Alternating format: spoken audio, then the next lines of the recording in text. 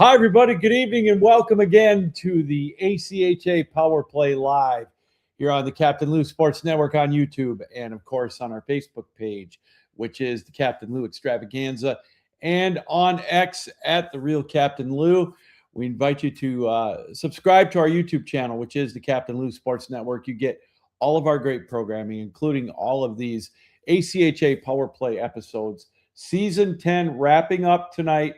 Part 2 of our tournament review, as we had such a great 2026 ACHA National Tournament. You get all of these episodes, again, live and archived. Subscribe to our channel. Follow us, again, on the pages that I talked about, and you'll be all set as we get you set to go here for, again, the finale of the ACHA Power Play for Season 10.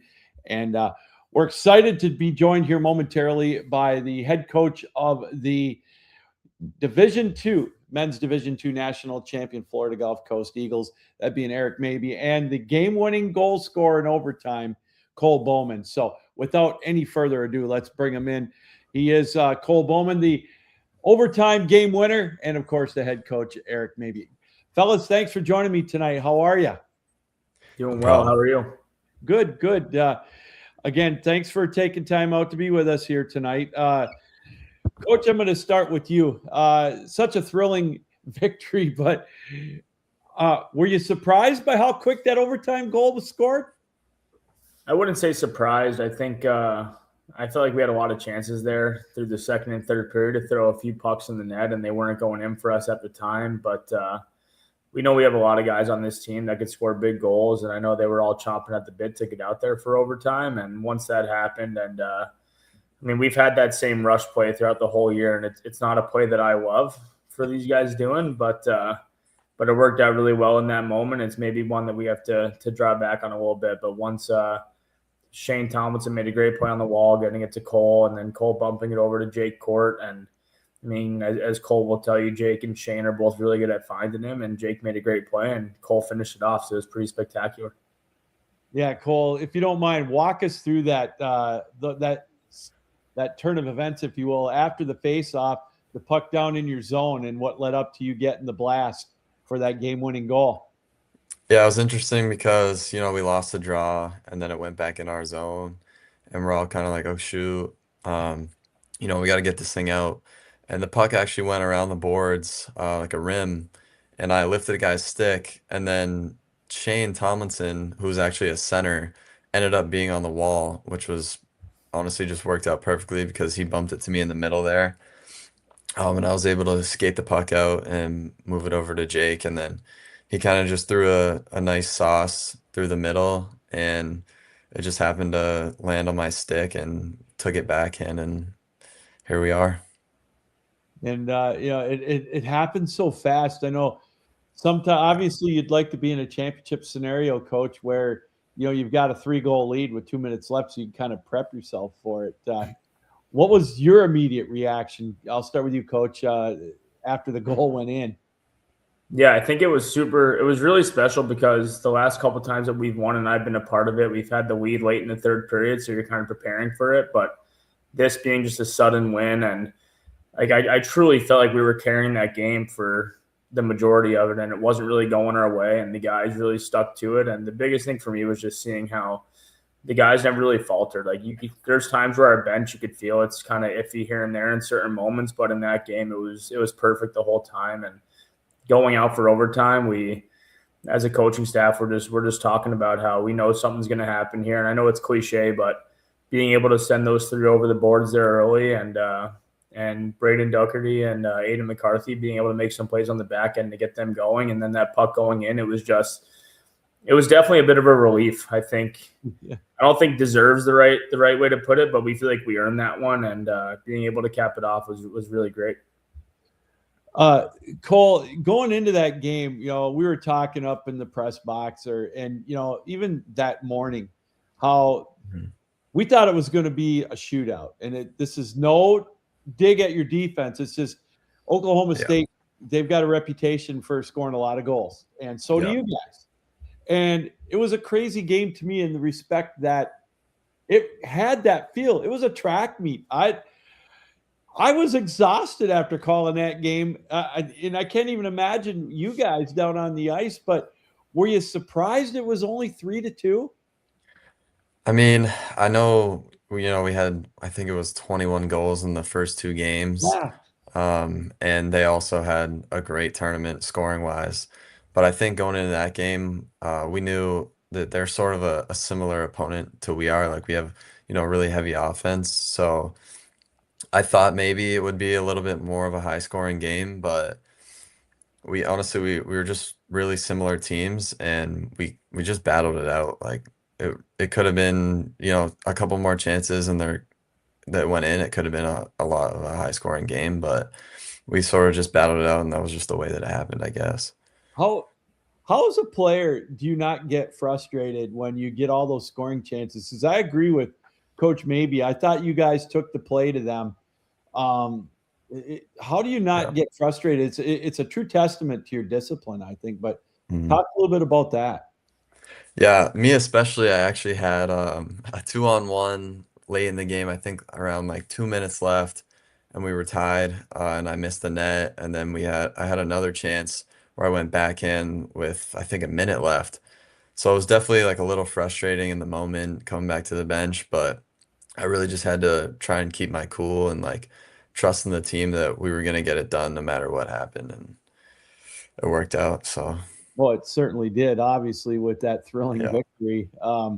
We're joined here on the power play by Florida Gulf Coast head coach Eric Mabie and game-winning overtime goal scorer Cole Bauman. Coach, I look at the stats. It's something I'm a nerd. I look at all this stuff all year long, and the biggest thing that stood out to me was you had 14 different goal scorers in pool play. Yeah. Not even the semis and the finals. I mean, that just blows me away. Yeah, I mean, all year our depth is our biggest weapon. I mean, we truly have four lines that we feel like we could throw out at any moment against any other team's lines, and I think that's what ended up paying dividends in the long run throughout the week, being able to build out some good leads on some teams and distribute ice time. Even going into that final game, we knew Oklahoma State's a pretty top heavy team, and Yeah. and they run their 7 or 8 guys into the ground pretty hard, and obviously they were missing one or two key guys that day, and we were prepared for that either way, whether they played or not. But having that sort of depth and being able to turn those guys over as much as we can, and obviously there's some dispersion of ice time between our four lines, but we truly believe that all four of our lines can produce in any given moment. And there was guys stepping up, scoring big goals. I mean, you look at the goal that tied the game in the third period where Anthony Zebley, who joined us in the second semester and scores a big goal there 5 minutes into the third. And I mean, even Cole scores 8 goals on the week, but he's the first guy to tell you that he loves scoring goals, but he's happy to see the other guys do it. And it worked out really well for everybody. And just going, our depth it's really special for us, and we take pride in it. I don't think that when you're playing 5 games in 6 days, you can do it with 10 or 11 guys. And we had 23 guys on our roster that were all pulling the rope, and it worked out really well. So I want to go back to the start of the season. Cole, I'll start with you. Yeah. Obviously last year didn't end the way you wanted it to. And this year it came out, you guys had some new guys on the team, as it happens every year. Number one, I want to ask you, how long did it take the new guys to buy into the system and your mentality? Because that's one thing I've noticed with your team throughout the years. Every year that I've covered you guys over the last decade, you've got a winning tradition. How long did it take them to buy in, and how much of last year's result played into your motivation this year? Yeah, so I'm actually a transfer, so this was my first year as Oh, okay. well. I'm a junior, so I've played 2 years of college, but coming in, like all the guys that have been here for however many years, were just super welcoming. And, as soon as you walk in that locker room and we had our first practice, like you can just tell that it's a winning culture and everybody sort of just bought into that. Um, and I know a lot of the guys that were on the team last year talked about how heartbreaking it was Yeah. losing, like going to the national tournament and losing, and especially like they had those that triple overtime. I know that was a few years ago, Yeah. but and then the semifinal losses, and they definitely talked about it a good amount during the year, and just even at the tournament, just saying how much it's heartbreaking, and we just kind of all bought in this year, and we just didn't want that to happen again, especially to those seniors because it meant a ton to them. Coach, we all know that this was your ultimate goal. I think everybody's goal is to win a tournament and win the Nationals. But realistically, I know you guys were one of the top teams going in. It proved it in the rankings all throughout the year. But how difficult is it for a coach to keep the guys motivated in November and December when it's kind of the doldrums, if you will, the middle of the schedule? Yeah, I think a big thing for us is that, like Cole was saying, there's an expectation to win. And there's an expectation of the guys that have played here winning the first championship in 2012 and the handful that have followed. A lot of the alumni still being involved, and I get calls every day asking about these guys. And I think it's just the weight that these guys carry, where they don't care who they're playing or where we're playing. We played some great teams throughout the year, but they expect to show up. And the big thing for our program is I think that the guys really enjoy getting everybody's best shot every single night. We know that when teams come down to Florida or when we play them on the road, that it's probably highlighted on their schedule throughout the year. Mm-hmm. And we don't want to give them much. I mean, the only 2 losses on the season were to Lindenwood and Northeastern, and Northeastern got us late in the season, and then we got them again in Nationals. But, I mean, Lindenwood ended up beating us 3 times in 3 one-goal games essentially, and they were a great team, and I think they deserve to be at that tournament, and that's a whole other discussion. But I think the season and how it goes, and the guys prepare every single day, and they take pride in winning. They take pride in owning that jersey and representing FGCU and showing up every single day to get wins. And I think the final record was 30-4. And like you say, the doldrums of the season, but those are the times I think when they can really build their game and get confidence and believe in each other, and they did a great job of that. Well, I agree with that, and I think the good teams show that they don't take days off and games off. And that's proof in the pudding with your record, I'll touch on that too. Even back in, early in the season, November, whenever it was, Coach Mabie always let us know, this is early in the season, but we're playing for that tournament at the end of the year. And he kind of always just like let us know that and had us ready to go no matter who we were playing. And I mean, we did well during the season and because of that mentality right there. So I want to go back to the regionals. And again, that's another discussion we can have for another day. And just for the record, I'm in agreement with you, Coach, but we'll leave it there. Cole, you guys were down 1-0 after the first period in that opening game. And then you guys just like bulldozed through the rest of it. What was the message, if any, that coach or some of the assistants may have given you guys after that first period when you were down, because you came out like a different team? Yeah, it was definitely a bit interesting going in the locker room after the first, being down to a team that we're supposed to beat. So I think really just coach in the locker room was pretty relaxed and just letting us know, like, I mean, we just traveled, we were on the road, it was our first period, and maybe we didn't have our best period, but he just kind of let us know, like, we're gonna be fine, just keep playing our game, and the chances will come. And then we finally got one there, and then we kind of just took off from there and played our game again.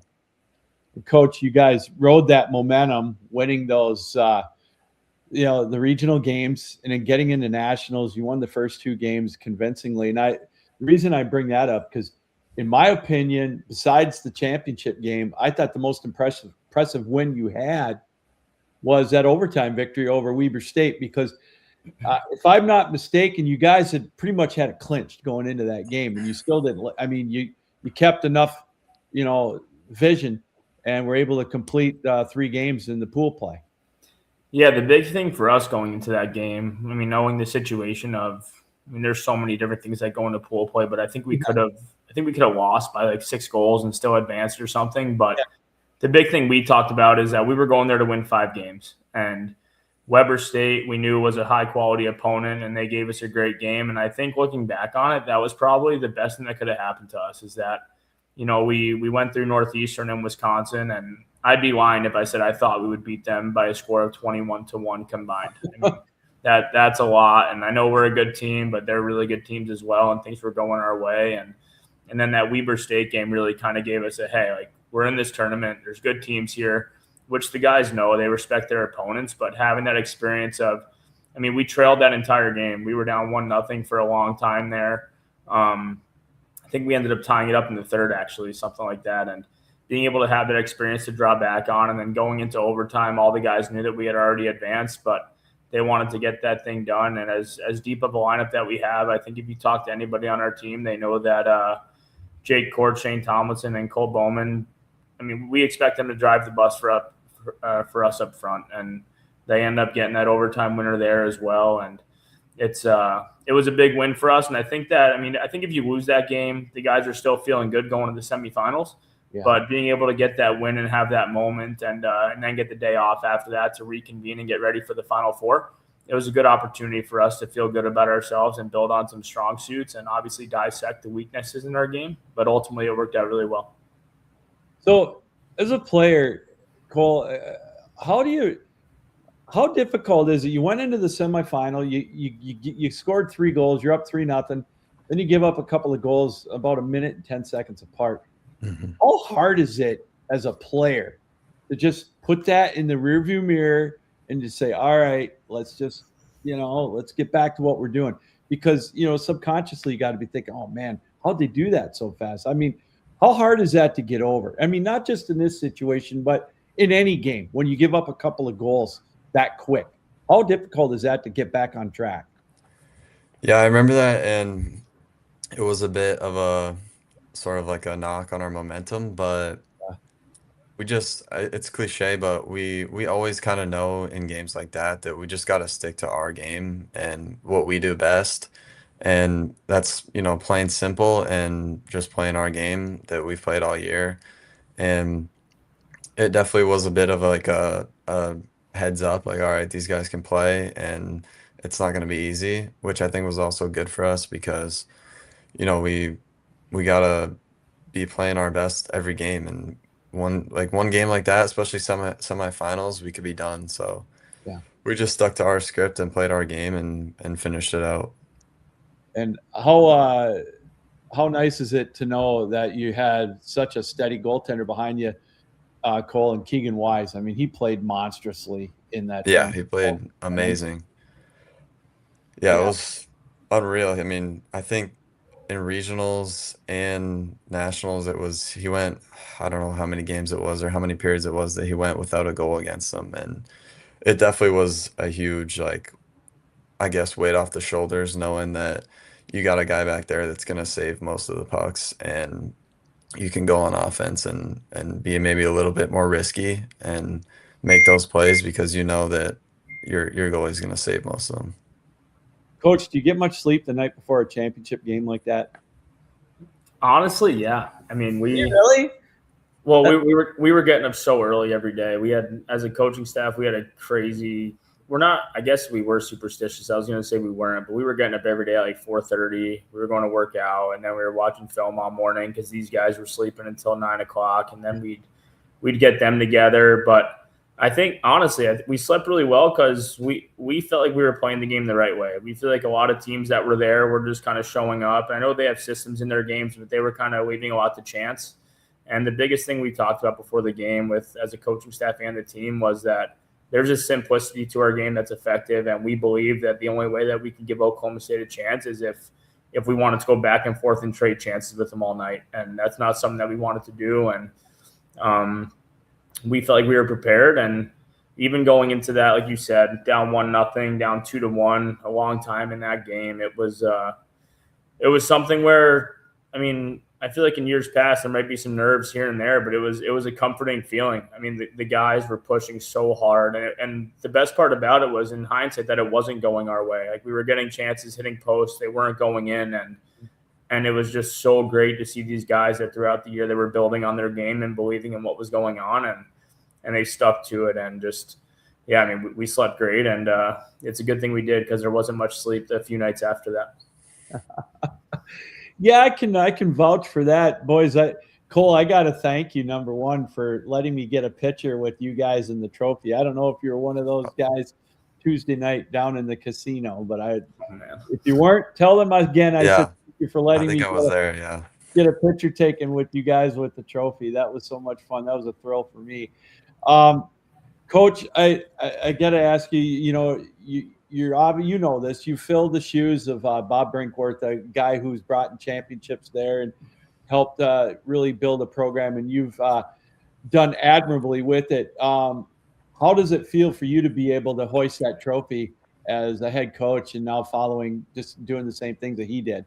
Yeah, I mean, it feels great, but in that moment when we won, I mean, obviously there's exuberant joy for the boys and for the staff. But I mean, I got a text and a call from Bob Brinkworth the day of the game, and he was just wishing us great luck and giving us his full support. But in that moment when you win it, as much as we feel proud of ourselves, and we were able to take a moment to look back and be proud of ourselves as a coaching staff, don't get me wrong, but it was so much thinking about guys like Bob Brinkworth and Matt Maida and Mike Lindino and all the players that I played with at FGCU and all the people that came beforehand. I mean, this is my 13th year with the program, and from player to coaching, and there's so many guys that had their hands in this.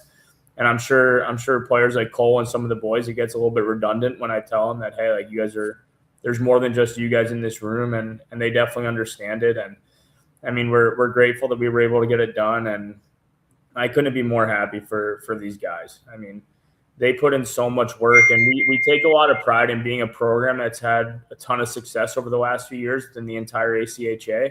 And we take pride in the fact that we don't have it as made as other programs. I mean, our guys are paying a good amount in dues. We're only able to practice twice a week. I mean, I know there's a lot of actual ACHA club teams that are struggling with the same things that we are, but there's also a lot of high-powered teams that are getting treated extremely well, and we definitely take it as a bit of a learning curve and being able to push ourselves even further to have that chip on our shoulder and eventually get it done. But everybody that came before us is a big part in it, and Bob Brinkworth is a main one on that front.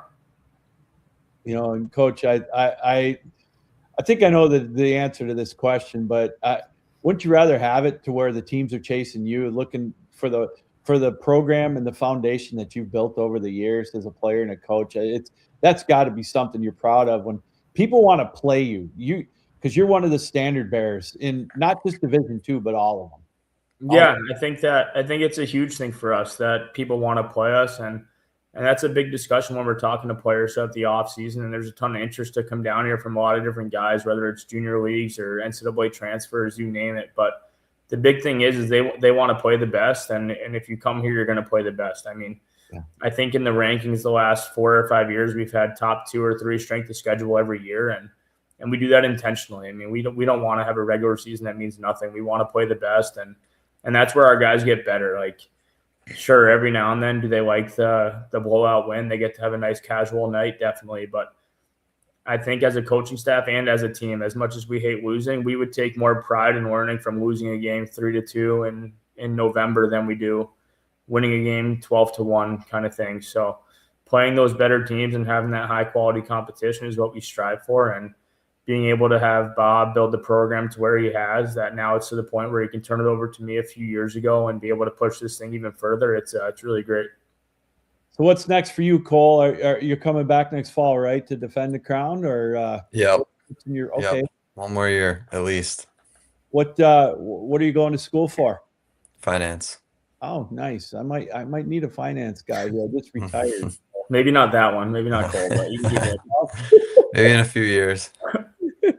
All right. Well, I know I won't chase you around on the hockey rink. I mean, you're too quick for me, man. It's actually real funny, Lou, real quick. I mean, all year Cole was, and Cole, you don't have to get your tires pumped too big here, but he wasn't scoring a ton of goals at times. He battled a lot of injuries and the pucks weren't going in. And going into that, you talked about the UNCW game at regionals. We go into that second period, and as relaxed as I might have seemed after the first period of that game, being down 1-0, I mean, we weren't very happy with the boys. And Cole comes out and scores a big goal early in the first period, and then the rest of the season from there, he was just filling the net, and we couldn't be more proud of this guy. I mean, he stepped up when it mattered most, and scoring 8 goals in that tournament is nothing to bat an eye at, and he should be real proud of himself.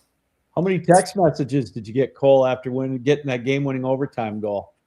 Quite a few. I didn't have any service in the locker room, so I checked and there wasn't too many. But then once I got out, I was like, oh, okay, now they're all flooding in. But yeah, it's funny too because, Coach told me the whole year, I was battling some injuries and maybe not having my best season, but he told me all year, which is ironic. He said, you're gonna save him for a big moment. You're gonna save him for the national tournament." So that was pretty cool to hear and see it come into fruition. But Well, I appreciate you getting that good one because it gave me a thrill. There's nothing like calling an overtime goal in a championship game, and I'll yeah, forever remember that, Cole. So you'll be in my me too. memory, and I appreciate that so You much. had a great call. Will, you had a great call. Well, That's a conversation for another time, but you had a great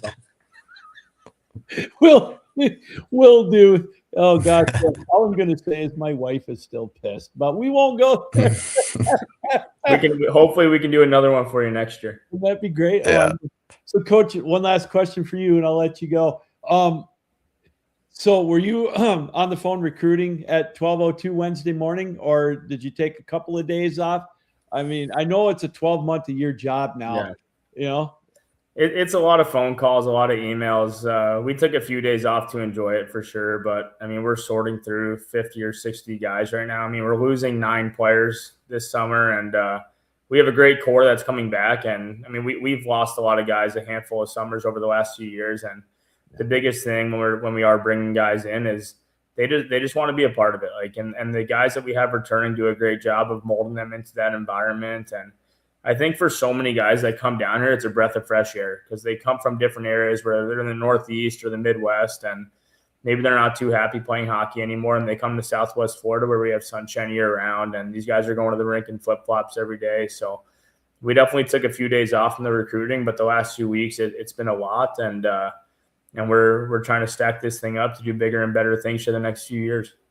all right. Well, I know I put you guys through an overtime period being on this long tonight. I really do appreciate it. Cole Bauman, enjoy your summer. Congratulations on the huge goal and the championship trophy. And Coach Eric, I appreciate you coming on tonight. Enjoy your summer, and I look forward to catching up with you again in the fall. And just remember this, guys, in order to stay number one, you got to be number one, and that's where you're at right now. So congratulations, guys, and thanks for taking time out. I really appreciate it. Awesome. Thank you. Thanks for having us, Will. Yeah, thank you.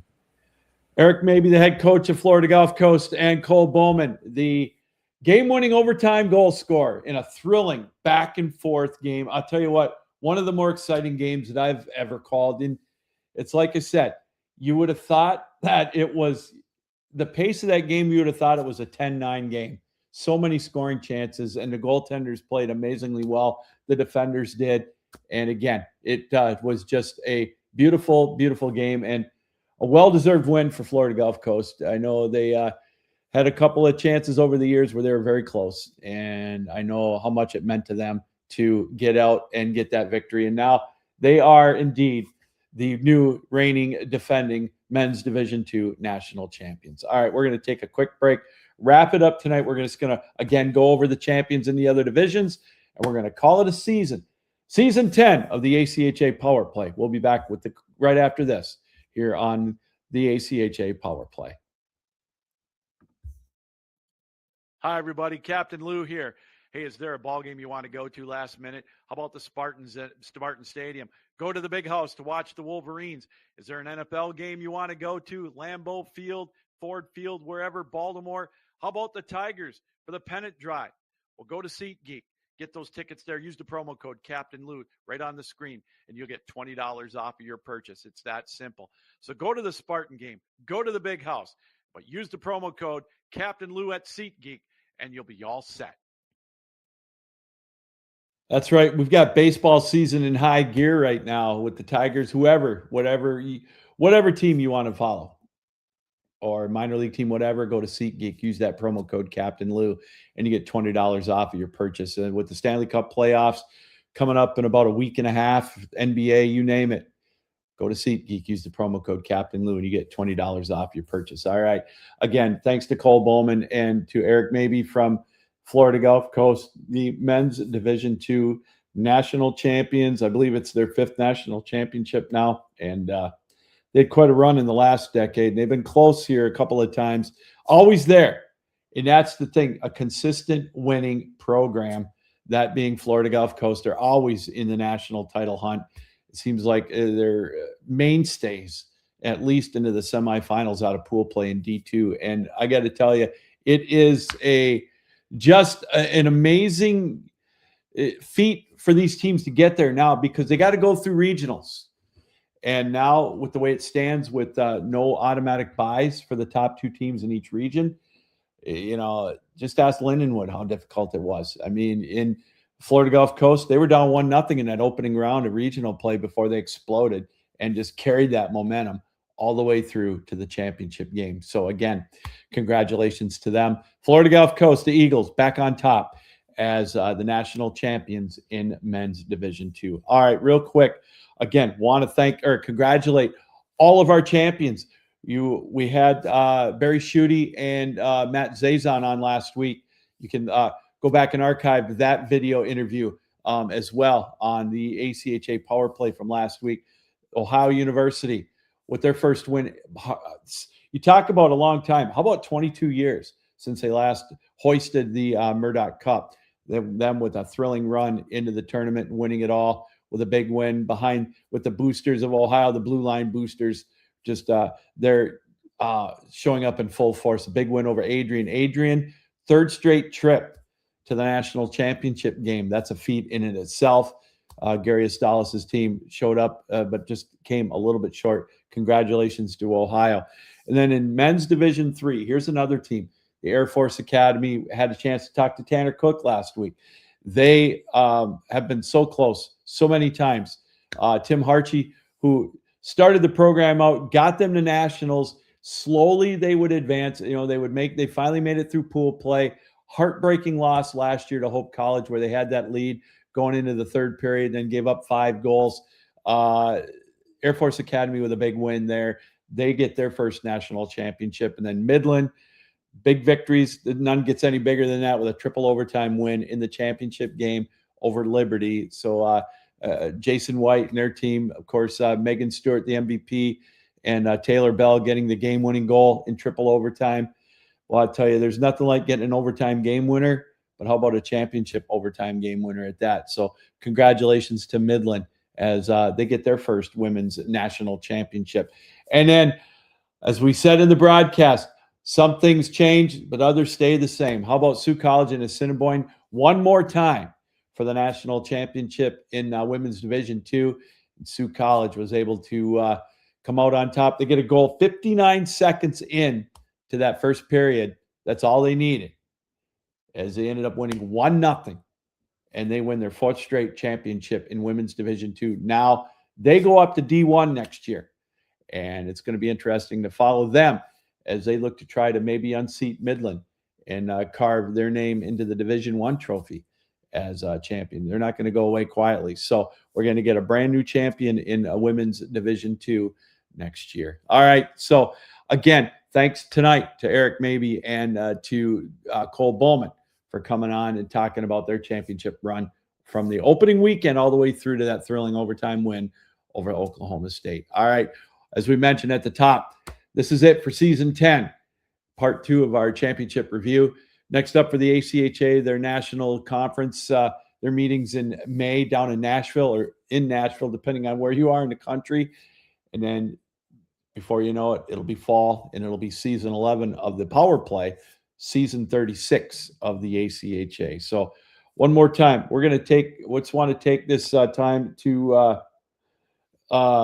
thank everybody involved in the ACHA. We went through the list last week. We're going to do it again. I want to thank Craig Barnett, the executive director, the director of hockey operations, Dave Kurtz, Brandon Russ's assistant, all the commissioners at all 5 levels, Chris Perry in the D1 level, Brian Moran, the D1 commissioner, D3 with Derek Connor, women's D1, Molly Mahoney, and Taylor at D2, Taylor Hadley, the women's D2 commissioner, all the coaches from Coach Eric Mabie on down, all the, gracious with their time throughout the year, access at the national tournament. It's funny is, I've been doing this a lot of years, and I know the coaches don't mind, but it still is, it's still, nice for them to let us speak to them. Let me speak to them while they're getting ready for the championship games or just pool play, whatever.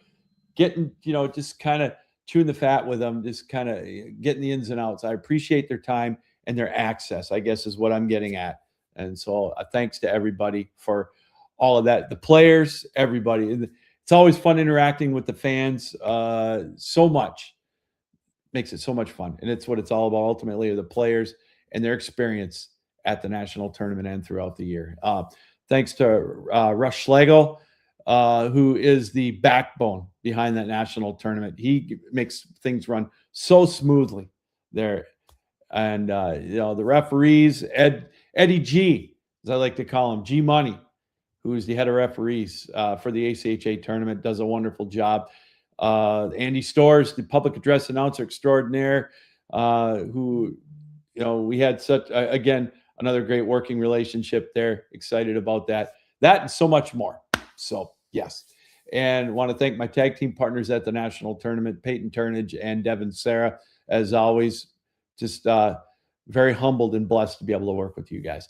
All right. I know I've missed a few names. I always do at the end of the year, but I just want to say thanks again to everybody. Thanks to you for taking time out to let us into your homes, on your computers, however you watched us on the ACHA Power Play here on the Captain Lou Sports Network. Subscribe to our channel, and you'll get all the shows archived and live. We'll be back right after Labor Day in September to kick off season 11 of the ACHA Power Play as the Road to St. Louis 2027 will get underway then. Until then, thanks everybody. Captain Lou saying keep your heads up, keep your sticks down, keep your feet moving, and as always, keep your minds open. So long.